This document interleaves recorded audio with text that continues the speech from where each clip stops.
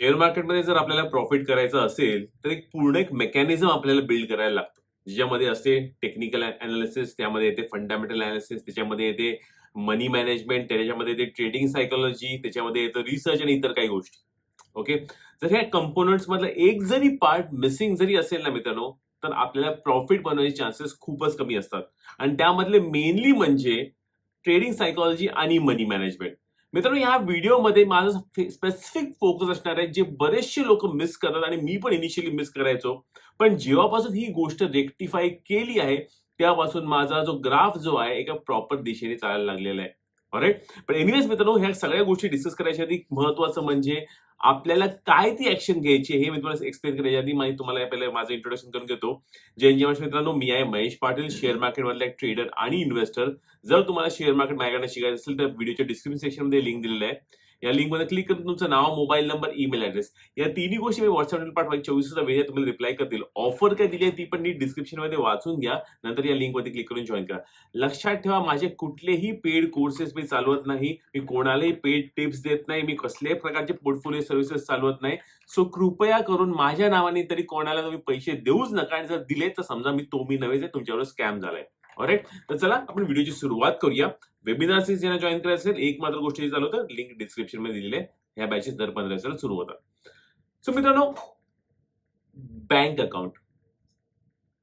Bank account सारखी एक simple गोष्ट लोक ऍडिशनली का ओपन करत नाही, हा माझा प्रश्न आहे. तुमच्याकडे मला तर वाटतं प्रत्येकाकडे 4-5 तरी आपले ट्रेडिंग अकाउंट तर असतातच. राईट. पण ते सगळे ट्रेडिंग अकाउंट एकाच पर्टिक्युलर बँकला लिंक्ड असतात. ओके. जरा मी ते एक्सप्लेन तुम्हाला प्रॉपरली करतो, काय मजा होते त्याच्यामुळे. की लोक काय करतात की एकच आपलं एक अकाउंट आहे. ऑलराईट. एकच आपला अकाउंट आहे. ऑलराईट. ट्रेडिंगचं बँक अकाउंट, सॉरी. ह्या बँक अकाउंट मध्ये काय होतं, बँक अकाउंट मध्ये तुमचा येतो पगार, तुमची सॅलरी येणार ह्याच्यामध्ये. राईट. तुमचे इतर काही डिव्हिडंड इन्कम किंवा जे काय, सॉरी, जे तुमचे इंटरेस्ट इन्कम जे आहेत ते पण ह्याच्यामध्ये येणार. आणि ह्याच्यामधनच तुमचं फर्दर निघतं, तुमचं घर खर्च निघतो, तुमचे ईएमआय निघतात, तुमचे चिरीमिरी चे खर्च आहेत ते पण निघतात. आणि खरंच तुम्ही स्वतःहून विचार करून स्वतःलाच उत्तर द्या, की जेव्हा आपण एका बँक स्टेटमेंट मधले जेव्हा चिरीमिरी एक्सपेन्सेस जे आपण अकाउंट पण करत नाहीत, आणि जर तुम्ही हे खरंच वर्षाचे एंडपर्यंत अकाउंट केले, तर तो एक मोठासा नंबर होऊन जातो. आणि आपण सिन्स बरेचसे आपल्या याच्यामध्ये छोटे ट्रेडर्स असतात, छोटे म्हणण्यापेक्षा जे नवीन ट्रेडर्स असतात ते छोट्या अमाउंट मध्ये पैसे लावतात. तर समजा कुठल्या शेअरनी डिव्हिडंड डिक्लेअर केला, तर येतो किती, ₹12, ₹15, ₹100 डोक्यावरनं गेला तरी ₹1000.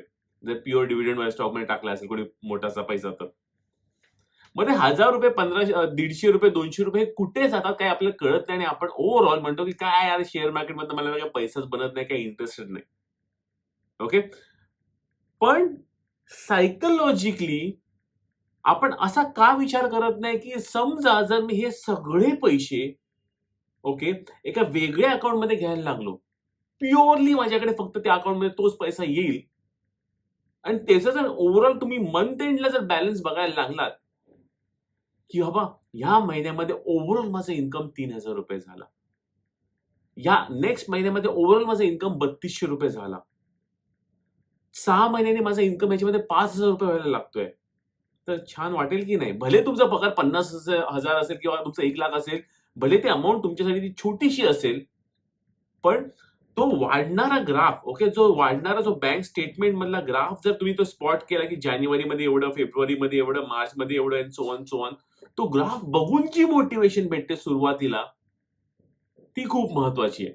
तर लक्षात ठेवा मित्रांनो, शेअर मार्केटमध्ये मॅक्सिमम वेटेज आपण द्यायचंय. आपण परीक्षेत पूर्वी द्यायचं ना वेटेज, की कुठला आपण क्वेश्चन आपण अभ्यास करून द्यायचा, ज्याने मार्केटमध्ये आपण पासिंग मार्क भेटावे एक्सेट्रा. तसंच मॅक्सिमम वेटेज आपलं असलं पाहिजे कशावरती, ट्रेडिंग सायकॉलॉजी होती. आणि ट्रेडिंग सायकॉलॉजी मध्ये ही आपली पर्सनल सायकॉलॉजी पण येते, जिकडे ओव्हरऑल जर आपल्याला मोटिवेशन भेटते, की मार्केटमध्ये काही ना काही मला पैसा भेटतोय, तो वाढत चाललेला आहे, तर वाय नॉट.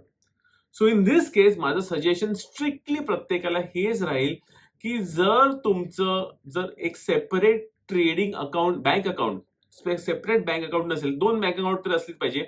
एक तर तुमचं salary account, okay, salary account जे असेल तुमचं, आणि दुसरं असलं पाहिजे त्याच बँकेत काढा किंवा दुसऱ्या बँकेत काढा. बरेचशा bank actually even 7% interest rates पण देतात आहे सेव्हिंग्स वरती. काही bank even auto sweep in auto sweep out facilities पण देतात. ओके, सो जो पण हायेस्ट तुम्हाला वाटतोय चांगली एक बँक धरून त्याच्यामध्ये अजून एक बँक अकाउंट ओपन करायचं. ऑनलाईन हल्ली तर प्रोसेस ऑनलाईन पण असते, बँकेत पण जायची गरज नाही. जर तुमचा आधार लिंक मोबाईल नंबर असेल तर सगळं ऑनलाईन होऊन जातं. तर एक इन्व्हेस्टमेंट अकाउंट नावाचं एक अकाउंट काढा वेगळं. आणि जे पण तुमचे करंट ब्रोकर्स आहेत, एक broker number 1, broker number 2, broker number 3,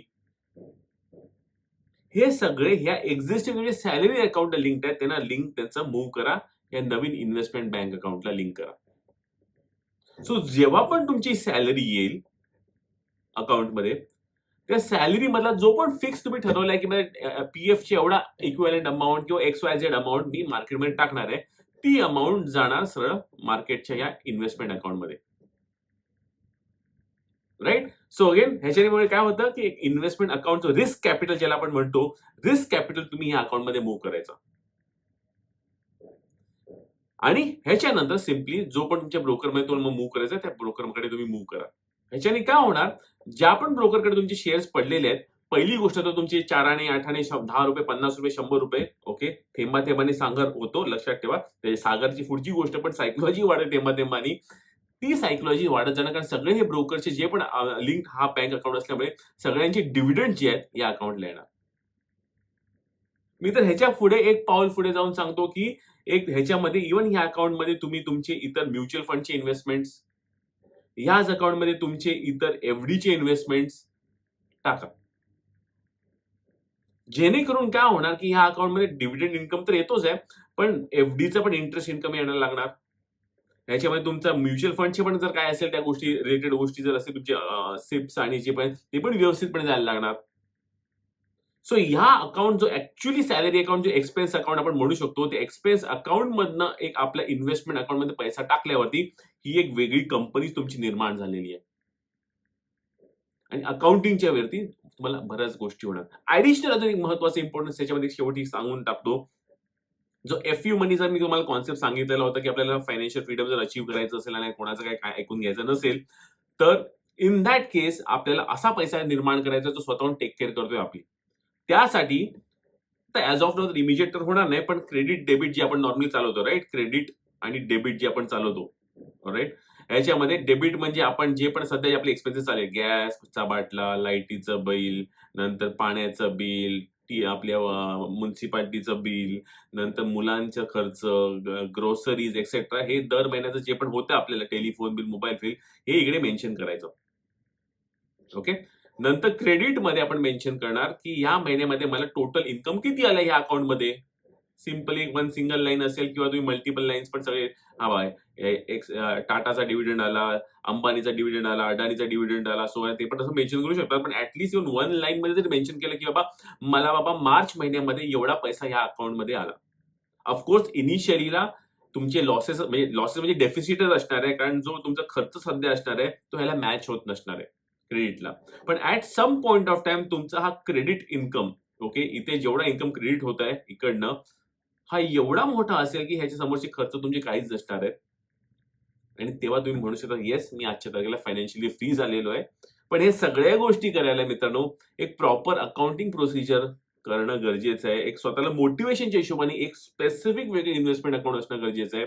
share मार्केटमध्ये पण समजा इन दिस केस, समजा अजून एक एक्झाम्पल, शेअर मार्केटमध्ये लेट्स से माझ्याकडे कॅपिटल, मला सध्या मार्केटमध्ये पैसा लावायचा नाहीये आणि मला लिक्विड बीज किंवा इतर काही इन्स्ट्रुमेंट मध्ये मला पैसे ठेवायचे नाहीयेत, मला माझे पैसे माझ्या बँकेत पाहिजे असतील, तर इन दॅट केस तो पैसा जेव्हा या सॅलरी अकाउंटला हिट होतो ना, जेव्हा ब्रोकरचं अकाउंट सॅलरी अकाउंट लिंक असतं, माझ्या एक्सपिरियन्स प्रमाणे पैसा खर्च होऊन जातो आणि मार्केटमध्ये पैसा जो आहे तो सध्या बसवण्यासाठी आणलेला होता सेव्हिंग आपल्या सॅलरी अकाउंटमध्ये, तो गायब होऊन जातो. So in that case same जर आपला ब्रोकर अकाउंट एका वेगळ्या इन्व्हेस्टमेंट अकाउंटला लिंक असेल तर तो पैसा इकडे येऊन बसणार आणि आपल्याला माहितीये ह्या अकाउंटला माझं काही डेबिट कार्ड नाहीये, या अकाउंटला माझं काय इतर मला काही खर्च करायचे नाहीये, तो पैसा इथे शांतपणे बसेल आणि हा पैसा इकडेच बसून राहील जोपर्यंत परत मला मार्केटमध्ये अपॉर्च्युनिटी येत नाहीये.